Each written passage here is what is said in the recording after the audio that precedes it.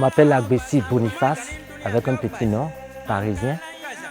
Oui, je suis né à Kandi, j'ai grandi ici jusqu'à cet instant. Bon, mes parents sont des paysans, je les accompagnais au champ, on faisait tout ensemble. Mais dans tout ça, je voyais quelque chose que mes parents ne voyaient pas, l'élevage. Et puis pour pouvoir faire l'élevage, il faut les matières premières, leur manger.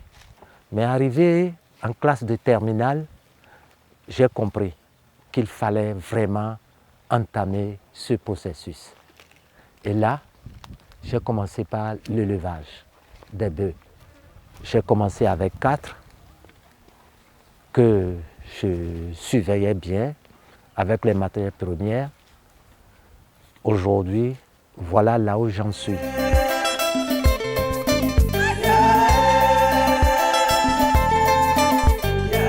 J'ai fait une diversité. Le surplus en garçons, je les remets à mes frères, mes cousins pour pouvoir faire la culture attelée. Et là, j'ai des taureaux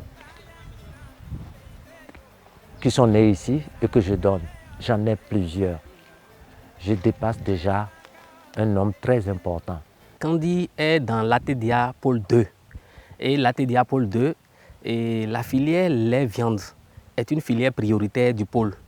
Donc en termes d'importance, si vous arrivez dans le pôle 2, l'effectif du cheptel bovin et ovin caprin fait 50% de l'effectif national. Donc cela veut dire que le poids du pôle par rapport à l'ensemble du Bénin, ça fait 50% du cheptel. À Kandi, les acteurs sont très engagés dans l'élevage des gros ruminants et des petits ruminants. Donc à plus de 65 000 têtes, je dis, de gros ruminants et à plus de 100 000 têtes de petits ruminants. Maintenant, et en termes d'importance économique, il y a plusieurs aspects. D'abord, sur le plan commercial, il y a beaucoup d'abats dans le mois et dans l'année. Dans l'année, on a plus de 700 tonnes de viande de gros bétail et plus de 350 tonnes de viande de petits ruminants, donc les caprins et les ovins. Et sur le plan, sur d'autres aspects également, tels que l'aspect de l'attraction, en termes de prestation de services, l'attraction, vous avez les bœufs qui sont utilisés pour le labour, donc des champs, et qui sont également utilisés pour sortir les produits de récolte, donc des champs, donc vers les villes, les villages. Et également, vous avez le lait donc, qui est produit, qui est également commercialisé pour fournir les unités de transformation et aussi que ce soit des unités de transformation locales ou un peu industrielles qui font des yaourts dans la commune. Au moins cette vache-là, elle nous donne jusqu'à 3 litres, 4 litres par jour. Et si nous vendons le litre à 400 francs, faites le calcul. Et puis maintenant, si vous avez 30 têtes, cela signifie qu'en une journée, vous êtes déjà au-delà de 15 000 francs la journée.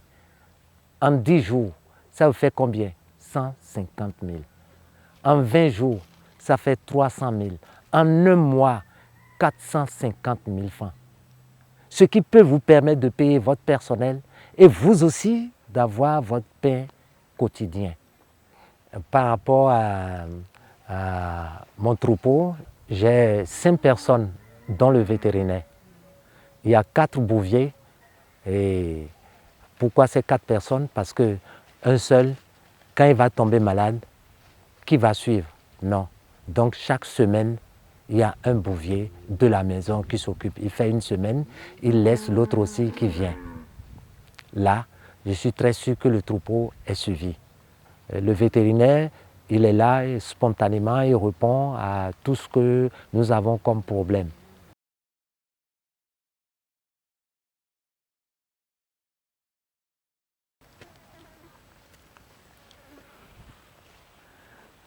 Elles sont adorables.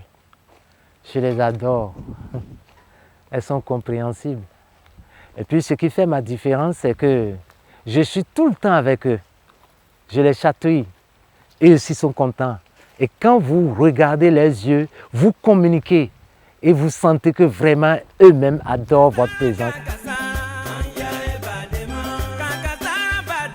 Dans tout le Borgo à Libori, je suis le seul qui aient pu réussir à l'insémination. J'ai eu 3 et uniquement que des femelles que j'ai eues. Par sur quoi mes bêtes, je ne les laisse pas aller en transhumance au pâturage. Je les nourris sur place. Et vous allez remarquer que ces veaux-là ne ressemblent pas du tout aux veaux de chez nous. La différence, elle est nette. Je m'en réjouis que je puisse réussir à cela. Et je remercie du fond de mon cœur le gouvernement qui a pu nous assister dans ces actions. Le Levet est choisi comme producteur modèle tenant compte de plusieurs critères. C'est un monsieur très ouvert. Il veut apprendre, il veut connaître, il veut savoir comment améliorer ce qu'il fait. Aussi, c'est un monsieur qui a son site qui n'est pas loin, n'est-ce pas, qui est accessible, qui n'est pas loin du goudron. Donc ça veut dire que n'importe qui peut venir voir. Donc on a estimé que c'est un producteur dont le site peut être visité et pas beaucoup de producteurs aussi. Donc les innovations qui vont être entreprises ici vont être observées par plusieurs autres promoteurs qui vont également dupliquer cela dans leur exploitation. Et en plus de ça, c'est un monsieur très engagé dans l'activité en termes d'effectifs du cheptel, en termes de nombre de personnes travaillant avec lui et en termes d'accueil aussi, que ce soit des agents d'encadrement, aussi bien des visiteurs et d'à côté, et même pour les visites d'échange, il est très ouvert. Donc voilà un certain nombre de choses qui font qu'on a pensé qu'on peut travailler avec lui et pour que les innovations que le gouvernement apporte, que ces innovations-là soient des innovations qui vont être vues par d'autres entrepreneurs agricoles.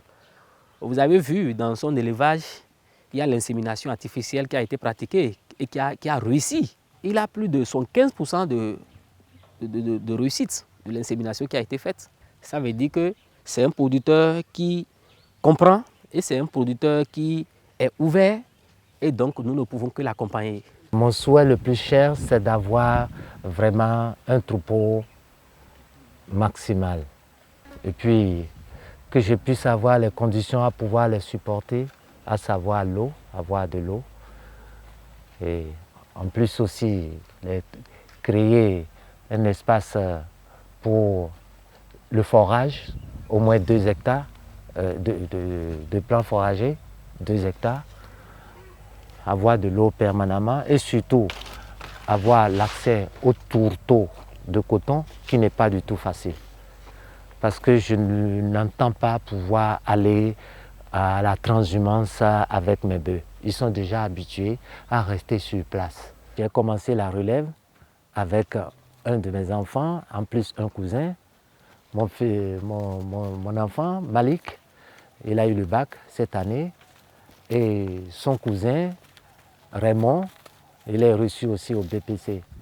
Donc, dans les jours à venir, je vais les envoyer pour une formation en économie agricole, voir aussi des collègues qui ont aussi des ambitions comme moi et bien installés, par exemple, projet Songhai, les envoyer là-bas pour suivre vraiment des formations adéquates par rapport à l'élevage.